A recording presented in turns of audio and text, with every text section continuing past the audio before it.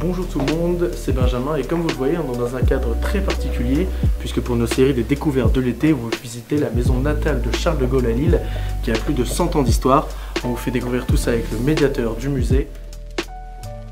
Au cœur de cette maison du 19e siècle, le visiteur suit les premiers pas de Charles de Gaulle où le temps semble s'être suspendu. Alors ici vous êtes au 9 rue Princesse, dans ce qu'on appelle le Vieux-Lille. C'est la maison dans laquelle Charles de Gaulle est né.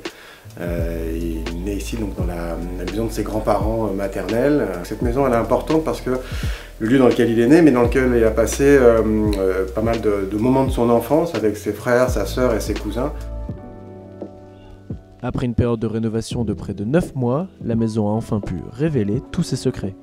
On a découvert donc des vestiges archéologiques, on a découvert plus d'une cinquantaine de papiers peints de la Révolution française jusqu'aux années 80. Et donc voilà, tout était déjà là, sans qu'on le sache, on marchait dessus, on avait les yeux dessus mais derrière les lambris, donc tout était caché. Donc cette maison, voilà, elle s'est dévoilée et comme le dit l'architecte M. Poncelet, on a juste eu, entre guillemets, à écouter le monument, savoir ce qu'il avait à nous raconter.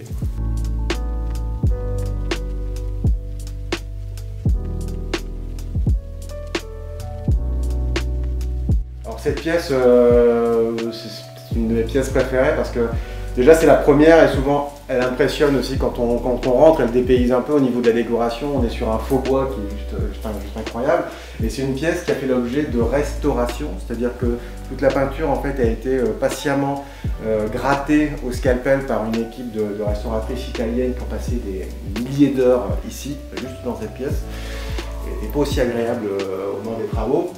Et sous vos pieds ici, c'est là où on retrouve la quasi demi-tonne de poterie, de céramique, de ratés de cuisson.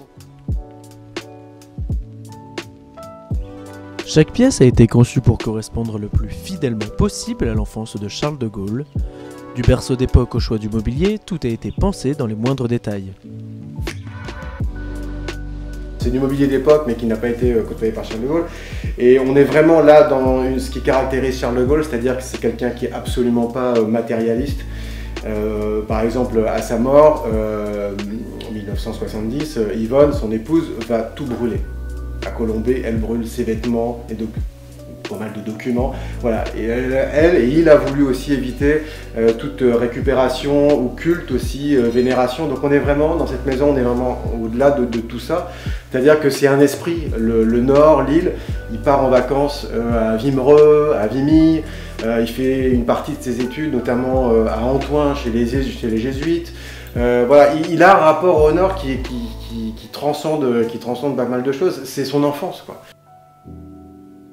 Il va faire son service militaire au 33e régiment d'infanterie à Arras. Donc il y a un rapport au Nord qui est viscéral, quoi, qui est charnel. Donc, et ça va l'accompagner tout au long de sa vie.